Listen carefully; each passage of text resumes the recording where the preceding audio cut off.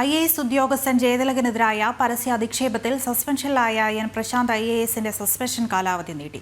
കാലാവധി 120 ദിവസത്തേക്കാണ് നീട്ടിയത്. റിവ്യൂ കമ്മിറ്റിയുടെ ശുപാർശ പ്രകാരമാണ് നടപടി. അതേസമയം എൻ പ്രശാന്തിന് മറുപടി നൽകി ചീഫ് സെക്രട്ടറി ശാരദാ മുരളീധരൻ. കുറ്റാരോപണ മെമ്മോയ്ക്ക് മറുപടി നൽകണമെന്ന് ആദ്യം ചെയ്യേണ്ടതെന്ന് ചീഫ് സെക്രട്ടറി പറഞ്ഞു. പ്രശാന്തിന് മറുപടി നൽകാനുള്ള സമയം 15 ദിവസം നീട്ടി നൽകിയതായും ചീഫ് സെക്രട്ടറി. വിശദാംശങ്ങളുമായി ടിൻഡു ദാസ് ഉണ്ട്. ടിൻഡു, എന്തൊക്കെയാണ് വിവരങ്ങൾ?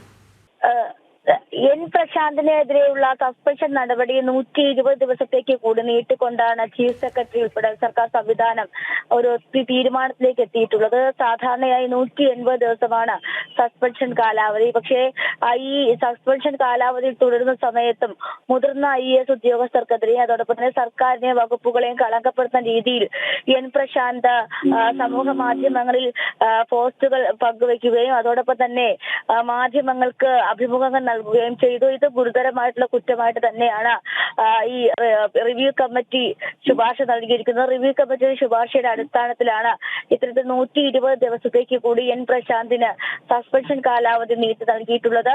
ധനകാര്യ വകുപ്പിലെ പ്രിൻസിപ്പൽ സെക്രട്ടറി ആയിട്ടുള്ള A ജയതിലകനെതിരെ ഗുരുതരമായിട്ടുള്ള ആരോപണങ്ങളായിരുന്നു എൻ പ്രശാന്ത് സമൂഹ മാധ്യമങ്ങളിൽ പങ്കുവയ്ക്കുകയും അതോടൊപ്പം തന്നെ മാധ്യമങ്ങൾക്ക് അഭിമുഖം നൽകുകയും ചെയ്തത്.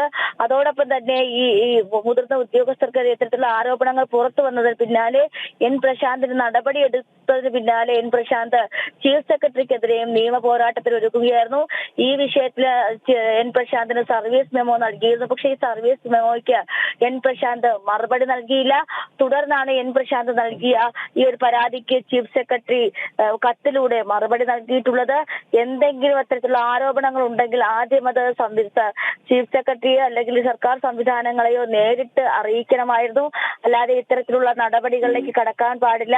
അതോടൊപ്പം തന്നെ ഈ കത്തിന് മറുപടി നൽകിയ ശേഷം ചീഫ് സെക്രട്ടറിയുടെ ഓഫീസിൽ നേരിട്ടെത്തുകയാണെങ്കിൽ ഈ രേഖകൾ പരിശോധിക്കാമെന്നും ഈ ചീഫ് സെക്രട്ടറി കത്തിലൂടെ വ്യക്തമാക്കിയിട്ടുണ്ട്. അപ്പൊ എന്തായാലും കൃഷി വകുപ്പിലെ പ്രിൻസിപ്പൽ സെക്രട്ടറി ആയിരുന്ന അഡീഷണൽ സെക്രട്ടറി ആയിട്ടിരുന്ന എൻ പ്രശാന്തിനെതിരെ ഉന്നതിയിലെ ഫയല് കാണാതുമായി ബന്ധപ്പെട്ട ഗുരുതരമായിട്ടുള്ള ആരോപണങ്ങൾ വരുന്ന സമയത്താണ് ഈ സ്ഥാനം എൻ പ്രശാന്തിനെ ആ സ്ഥാനത്ത് നിന്ന് മാറ്റിക്കൊണ്ട് സർക്കാർ ഒരു നടപടിയിലേക്ക് എത്തിയിട്ടുള്ളത്. അപ്പോൾ എന്തായാലും ഈ നടപടി പുരോഗമിക്കുമെന്ന് തന്നെയാണ് നമുക്കറിയാൻ സാധിക്കുന്നത്.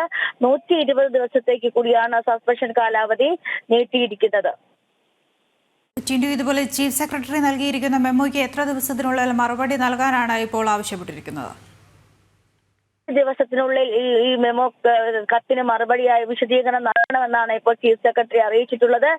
എൻ പ്രശാന്ത് ഇത്തരത്തിലുള്ള കത്തുകൾക്ക് മറുപടിയോ മെമ്മോക്ക് സർവീസ് മെമ്മോ ഉൾപ്പെടെയുള്ള കാര്യങ്ങളിൽ മറുപടിയോ നൽകിയിട്ടത് അത്തരത്തിലുള്ള മറുപടികൾ നൽകാതെയാണ് ഈ സമൂഹ മാധ്യമങ്ങളിലും ഒക്കെ തന്റെ ഈ വശം പങ്കുവയ്ക്കുന്നത്.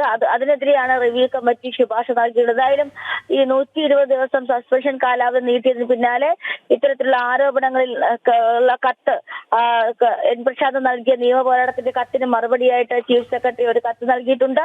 അതിന് മറുപടിയായിട്ട് അടുത്ത 15 ദിവസത്തിനകം എൻ പ്രശാന്ത് വിശദീകരണം നൽകണമെന്നാണ് നമുക്കറിയാൻ സാധിക്കുന്നത്.